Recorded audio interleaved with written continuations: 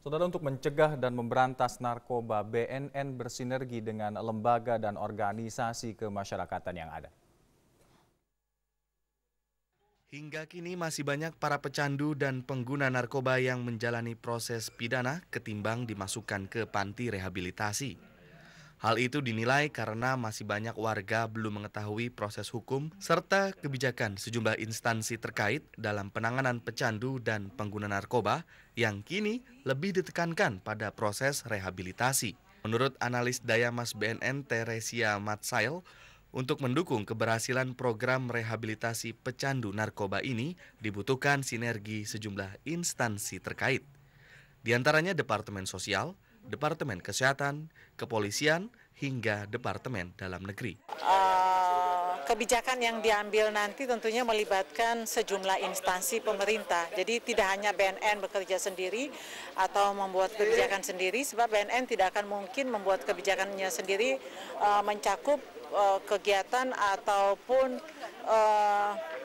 hal-hal yang menyangkut rehabilitasi, sehingga butuh kerjasama semua pihak. Dalam hal ini Departemen Sosial, kemudian Kesehatan, kemudian Departemen Dalam Negeri, Kepolisian Negara Republik Indonesia juga. Jadi sejumlah instansi yang nanti duduk bersama untuk membuat atau menyusun kebijakan baru ke depannya.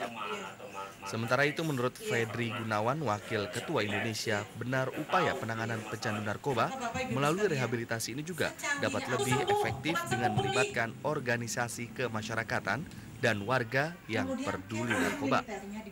Adalah mensinergikan antara LSM dengan pemberdayaan BNN terutama, juga dengan yayasan rehabilitasi, supaya mereka bergerak bersama, kompak, tidak sporadis seperti yang ada sekarang. Jadi kita punya tujuan mulia, yaitu supaya mereka ini bersama-sama, satu langkah satu kata dalam melakukan rehabilitasi. Apa yang kita akan lakukan adalah tetap melakukan pencegahan dan perawatan, ya. Dalam arti buat teman-teman kita coba untuk mencegah. Dalam arti mencegah, kita memberikan informasi kepada teman-teman dan keluarganya tentang dampak bahaya narkoba itu sendiri. Sementara itu terkait dengan banyaknya data pecandu dan pengguna narkoba selain yang terdapat di Departemen Kesehatan dan Departemen Sosial, juga dapat dilakukan melalui pemberdayaan panti rehabilitasi. Suban Surya dan Mutakorin, TVRI Jakarta.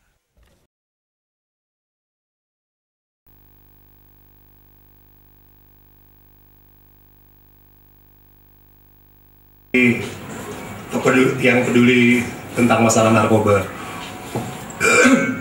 Salam sejahtera buat saudara-saudara, brother, sister.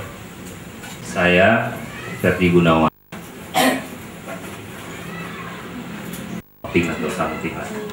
mengucapkan terima kasih kepada acaraan terakhir di FGD terakhir di Natura. Bom dan di narkotika, khususnya jaringan narkotika internasional. Balik di Bangkok dan beberapa negara lain, ke Belanda saya tugas juga, ke Amerika, ke Belanda, ke Timor Leste, Afrika yang belum. Mengembangkan ini juga, saya biaya sendiri. Jadi saya ingin kerjasama dengan polisi, bagaimana masyarakat pedulinya, masyarakat sana terhadap perjatuhan, korban, penyalahgunaan di mana-mana. Saya sendiri belum mengetahui di Indonesia ini sudah berapa banyak jumlah panti rehabilitasi narkoba. Saya belum tahu jumlahnya. Saya mohon maaf sekali kepada bapak-bapak dan ibu-ibu. Bukannya saya tidak peduli, saya minta data pun sulit sekali, ya Pak ya. Saya susah untuk mendapatkan data itu. Nah, mungkin iya. Kita belum tahu berapa jumlahnya, iya. Tapi kemampuan dari seluruh yayasan rehabilitasi, iya. Itu pernah disampaikan sama Pak Anang, itu kemampuan seluruh yayasan rehab di Indonesia itu adalah menampung 18.000 orang setahun, itu maksimalnya. Tapi dari berapa yayasan itu 18.000 orang belum jelas, Bu. 18.000 ini yang non government atau dengan? Dua-duanya, Bu. Dua-duanya. Iya. 18.000. Tahu bahwa di mana-mana berjatuhan korban. Kita nggak usah lihat di Makassar, yang nggak usah lihat di Ambon, di Papua, di ibu kota saja nih. Lihat kita masuk di Tangki. Lokasari belakangnya itu tempat saya biasa tembak-tembakan itu sekian banyak jumlahnya. Mereka kalau lihat muka saya kayak monster. senjata sampai 4 biji. Jadi sampai saat ini pun saya itu pasal 127-nya maupun government juga itu bisa lebih sinergi. Bisa lebih sinergi. Penyidik Polri khususnya yang menangani menyidik kasus narkotika sampai saat ini ya tetap pegang teguh. Tulis teman-teman di wilayah di Polsek, tolong dong kalau lo punya cepu, ada informasi kasih aja ke kita, nanti kita non government dicurigai dan bisa lihat hubungan komunikasinya dengan Pak Arman Depari. Pengguna ya Bu ya, bukan pengedar. Iya. Apakah ada standarisasi berapa untuk bisa jadi ke pasal berapa tadi? 127. Ini bisa dijelasin? Begini Mas. Si pecandu atau penyalahguna itu tidak mendahului melaporkan diri kepada petugas dan dia keduluan ditangkap oleh penyidik, itu tetap dia menjalani proses hukum. Kemarin saya mendatangi, ini contoh kasus Roger dan Marta. Saya besuk dia ke Polsek Pulau Gadung, menangis sejadi-jadinya di dada saya. Menangis sejadi-jadinya. Saya tahu anak-anak yang begini bermasalah, komunikasi dengan ibu bapaknya putus sedikit, bahkan ada yang banyak. Jadi saya selalu berusaha bagaimana kita mendekatkan diri supaya mengangkat dia bangkit dulu, sebab dia bisa terjadi percobaan bunuh diri dalam sel. Jadi selama pasal 127 ini masih tetap belum direvisi Mas, Undang-Undang 35 itu tetap saja bisa Kompolnas, Propam, Propos, belum dia di dalam internal narkotik sendiri di kesatuannya Kodio. Tetapi teknisnya saya tahu kendalanya 127 itu. Kita bertentangan dengan pasal 54, 55. Belum dilaporkan oleh orang tuanya, sedangkan yang sudah cukup umur dia sendiri bisa melakukan. Ada kesempatan begini, tapi keduluan ditangkap sama petugas penyidik Polri, nggak bisa Mas. Di ibu kota aja ya, saya tidak tahu gunungan Puncak Wijaya itu ada atau pegawai di panti rehab itu. Tapi ini kita pun dengan tetap dengan pendidikan yang dilakukan oleh BNN misalnya dari PWL kita kayak panti rehab melakukan assessment, itu statusnya bagaimana Bu?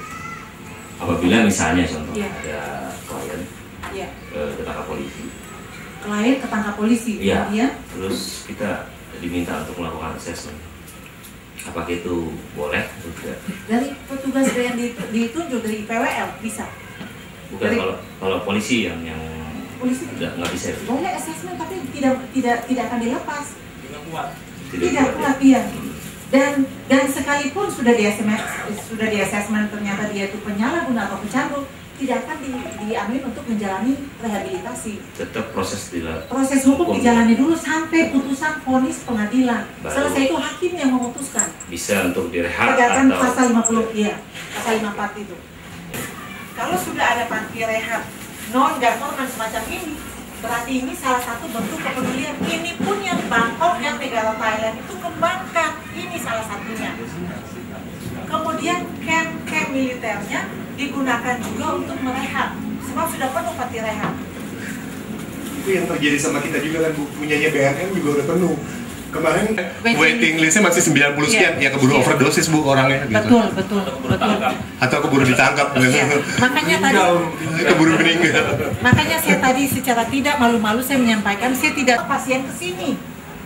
Saya 1 kali 24 jam saya siapkan waktu, tenaga, pikiran, duit saya untuk membantu ini. Biasanya susah kalau tidak dibantu oleh tenaga polisi. Apalagi kalau kita nggak bisa speak nabi dengan dia. Anak-anak ini, anak-anak gaul si jangkis ini bilang speak nabi katanya. Kita mesti bisa buat nyalinya, kita bisa speak nabi, bisa masuk toko dengan kelompoknya. Kalau nggak sulit, kemudian camp militernya digunakan juga untuk panti rehab. Digantung kena 20 tahun Tetapi setiap tahun memang dia dapat remisi. Kalau ada ulang tahun aja, 1 tahun sekali dapat remisi ulang tahun. Iya. Dari pemeriksaan di Karisma, gini loh Bu, realnya ya Bu, saya ini buta hukum gitu ya.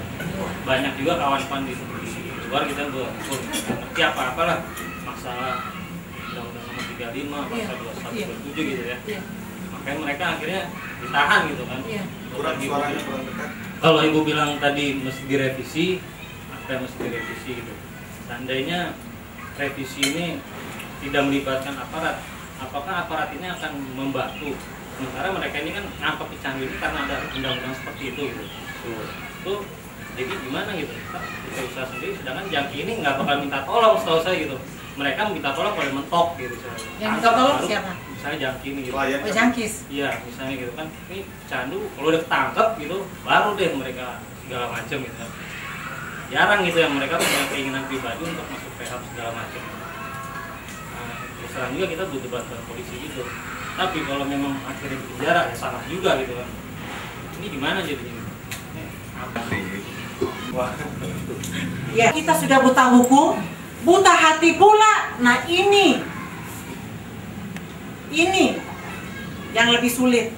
Jadi selama kita buta hukum tapi kita tidak buta hati, masih banyak sekali kita dipakai oleh malaikat. Jadi saya tegaskan lagi bahwa selama pasal yang harus direvisi ini belum direvisi, penyidik ini kan ada 2 Mas, khusus untuk proses penyidikan kasus narkotik. BNN dan Kepolisian Negara Republik Indonesia, bukan Negara Papua New Guinea. Selama undang-undang narkotika pasal-pasal yang direvisi itu belum dilaksanakan, penyidik Polri tidak akan mau. Tadi ya tidak bisa apa-apa Mas. Sebab dasarnya kan hukum undang-undang Mas. Jadi tadi saya membahasakan, ayo kita rebutan, ibarat di kebun buah, siapa yang duluan dapat pasiennya. Iya kan? Ini pohon mangga nih, buah mangga sana sini, Mas sama saya rebutan. Saya penyidik polisi, Mas penyidik BNN atau dari ini panti rehab. Siapa yang duluan dapat buah mangga yang matang ini? Yang duluan dapat dia yang dapat banyak, mungkin juga dia yang dapat duluan, dia yang dapat yang kita tidak dapat. Jadi selama kalau kita berpangku tangan, sudahlah kita tunggu lagi nanti ada yang menyerahkan diri. Saya bilang bukan begitu. Banyak, dia tidak mau menjelaskan. Kalau saya kebetulan dosen Mustopo, mereka juga mempelajari ini juga dan mengikuti perkembangan ini. Entah itu saudara, teman, atau mantan ex pernah yang relapse, dan kita tahu dia bermasalah di kepolisian. Betul. Bisa nggak BNN intervensi membantu klien tersebut masuk ke dalam kepolisian untuk tarik? Nggak bisa? Nggak bisa juga. BNN itu kan udah langsung main. Begini Bu, saya ada teman nih. Kok nggak ada teman? Dari bawah kasus gele. Tapi dia baru buktinya nggak sampai di bawah 5 gram. Dia kena pasal 35 tuh. Pasal 35 tuh perpanjangan lagi. Nah di situ ada, sorry Bu ya, tawar menawar pasal tuh Bu, dari 35 ke 127. Dia bingungnya kok masalah kayak gini masih bisa diduitin gitu loh. Sedangkan dia orang nggak punya. Oke, sekian, terima kasih. Kalau kita berbicara terbuka apa adanya, kayaknya kita berkhianat. Tetapi di rehab kalau nggak punya duit, nah kenapa sampai si Roger nggak bisa dihitung? Roger kan dia tangkap keterangan naik ratingnya.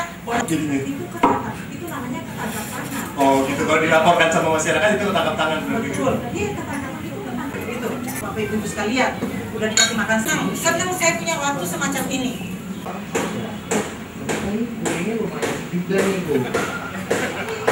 Iya, ini saya bukan rehab.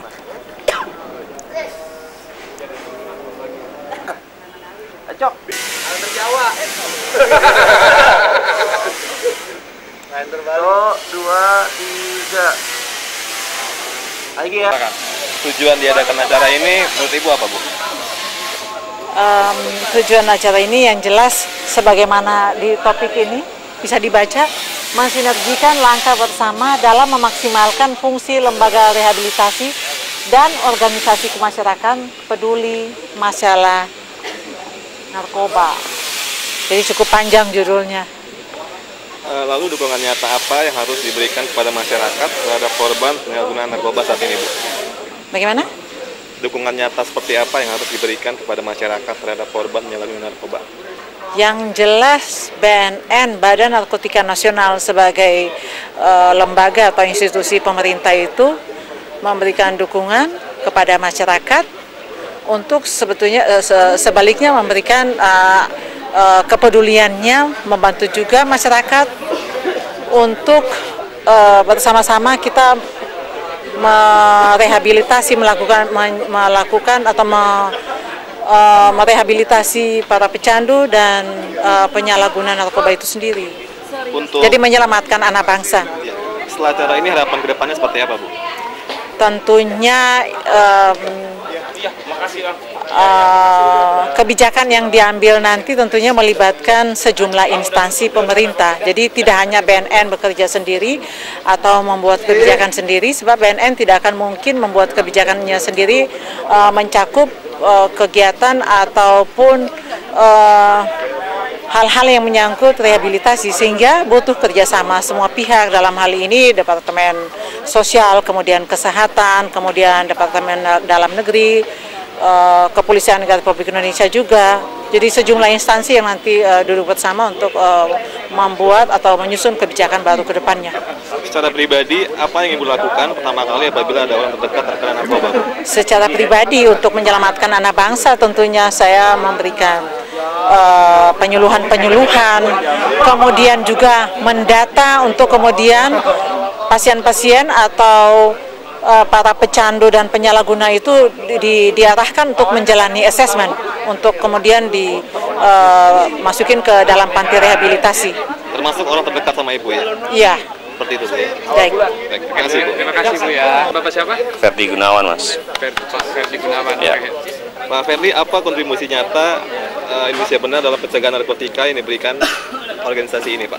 Ya, sebagian besar kita sudah mempunyai website infonarkoba.com, juga buka konseling online maupun secara langsung ya. Jadi klien bisa merasa private, jadi mereka bisa telepon kita atau by email, Facebook, gitu kan. Jadi beberapa juga sudah bisa kita arahkan untuk rehabilitasi ke tempat-tempat yayasan-yayasan yang ada di Jakarta, Jabodetabek saat ini. Tujuan diadakan acara ini belum apa, Pak? Adalah mensinergikan antara LSM dengan pemberdayaan BNN terutama, juga dengan yayasan rehabilitasi, supaya mereka bergerak bersama, kompak, tidak sporadis seperti yang ada sekarang.